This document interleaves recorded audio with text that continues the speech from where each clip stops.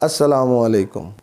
آج ہم بات کرتے ہیں کہ کون سی ایسی چیزیں ہیں جن کی وجہ سے ہماری نماز ٹوٹ جاتی ہے، اور ہمارے اکثر لوگ ایسا عمل کرتے ہیں کہ جس کی وجہ سے ہماری نماز ٹوٹ جاتی ہے۔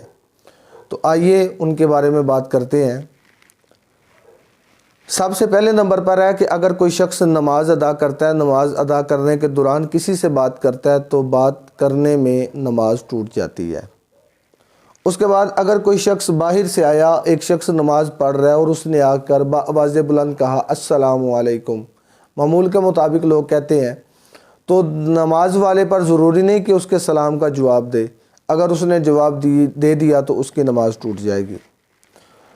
اس کے بعد بندہ نماز پڑھ رہا ہے اور دوسرے بندے نے چھینک ماری ہے، کسی کو چھینک آئی، تو اس کی چھینک پر الحمدللہ یہ بھی اگر کسی نے کہہ دیا تو اس کی نماز بھی ٹوٹ جاتی ہے، فاسد ہو جاتی ہے۔ اس کے بعد ہے جی، اگر کوئی بندہ باہر سے آتا ہے، بندہ نماز ادا کر رہا ہے تو خوشی میں کوئی خوشخبری آ کے دیتا ہے، ٹھیک ہے، کہ تمہارا فلاں کام ہو گیا، تو دوران نماز اگر وہ الحمدللہ کہہ دیتا ہے، تعریف تو اللہ کی ہے لیکن اس وجہ سے بھی اس کی نماز ٹوٹ جائے گی۔ اس کے بعد اگر کوئی شخص نماز پڑھ رہا ہے تو کسی کا وصال ہو جاتا ہے یا کوئی بری خبر آ جاتی ہے، فلاں جگہ پر کوئی اللہ نہ کرے حادثہ ہو گیا یا کچھ بھی معاملات ہوا، تو اس وجہ سے کوئی شخص کوئی بری خبر آ کے دیتا ہے، تو نماز پڑھنے والا اس کی خبر سن کے انا للہ و انا الیہ راجعون کہتا ہے تو اس کی نماز بھی ٹوٹ جاتی ہے۔ اس کے بعد ہے جی، اگر کوئی شخص نماز ادا کر رہا ہے تو کسی نے نبی اکرم صلی اللہ علیہ وسلم کا نام نامی اسم گرامی محمد کہہ دیا، تو نماز ادا کرنے والا اگر درود پاک پڑھے گا، صلی اللہ علیہ وسلم کہے گا، تو اس کی نماز بھی ٹوٹ جائے گی۔ اس کے بعد ہے جی، نماز کے اندر درد کی وجہ سے اگر کسی شخص کی آہ نکلتی ہے تو وہ ایک اس کی بیماری ہے، اس وجہ سے نہیں۔ اگر کوئی بندہ جان بوجھ کر یا رونے کے دوران کسی شخص کی آہ نکلتی ہے تو اس وجہ سے بھی اس کی نماز ٹوٹ جاتی ہے، جسے ہم ہچکیاں کہتے ہیں۔ کوئی شخص ہچکیاں لیتا ہے نماز میں، رونے کے دوران، نماز کے دوران روتا ہوا، تو اس وجہ سے بھی نماز ٹوٹ جاتی ہے۔ اس کے بعد مریض کی زبان سے بے اختیارہ آہ نکل جانا، اس سے نماز نہیں ٹوٹے گی۔ اگر چھینک یا جمائی یا کھانسی وغیرہ میں جتنے حروف مجبوراً نکلے تو ان میں معافی ہے، اگر جان بوجھ کے بندہ ایسا عمل کرتا ہے تو اس وجہ سے نماز ٹوٹ جاتی ہے۔ اس کے بعد ہے جی، نماز کے دوران اگر کوئی شخص کسی کاغذ وغیرہ پر کوئی تحریر لکھی ہے اسے پڑھتا ہے، جان بوجھ کر پڑھتا ہے، تو اس وجہ سے نماز ٹوٹ جاتی ہے۔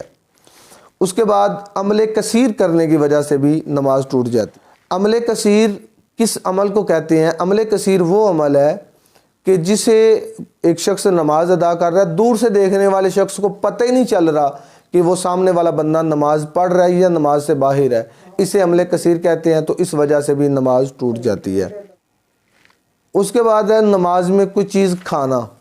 اگر معمولی سی کوئی چیز ایک چنے سے کم ہو تو اس کا نگل لینے سے نماز نہیں ٹوٹتی، اگر اس سے زیادہ ہو تو اس کے نگل لینے سے نماز ٹوٹ جاتی ہے۔ اس کے بعد ہے جی، ایک رکن میں 3 بار سے زائد اپنے جسم پر خارش کر لی تو اس سے بھی نماز ٹوٹ جاتی ہے۔ ایک مثال کے طور پر، ابھی میں قیام میں کھڑا ہوں تو قیام میں سب سے پہلے میں نے یہاں خارش کی، پھر میں نے اپنے چہرے پر خارش کی، پھر میں نے یہاں پر خارش کر دی، اور ایسے ہی کچھ 4-5 دفعہ میں نے خارش کر دی، تو یہ عمل کثیر ہو جائے گا، اس کی وجہ سے بھی ہماری نماز ٹوٹ جاتی ہے۔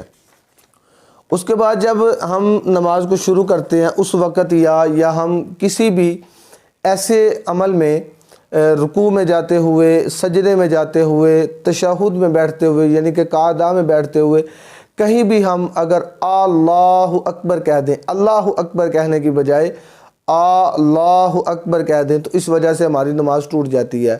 یعنی کہ اللہ کہیں گے تو اس وجہ سے ہمارا جو ہے یہ اللہ جو ہے اس کا معنی بدل جائے گا۔ کا معنی کیا ہے؟ اللہ، ٹھیک ہے، تو اللہ اکبر کہیں گے کہ اللہ سب سے بڑا ہے، معنی کے لحاظ سے بھی ہمارا یہ عمل ٹھیک رہے تو اس وجہ سے ہماری نماز رہے گی۔ اگر ہم اللہ اکبر کہتے ہیں یا اللہ اکبر کو لمبا کرتے ہیں، بلا ضرورت لمبا کرتے ہیں، تو اس وجہ سے ہماری نماز ٹوٹ جائے گی۔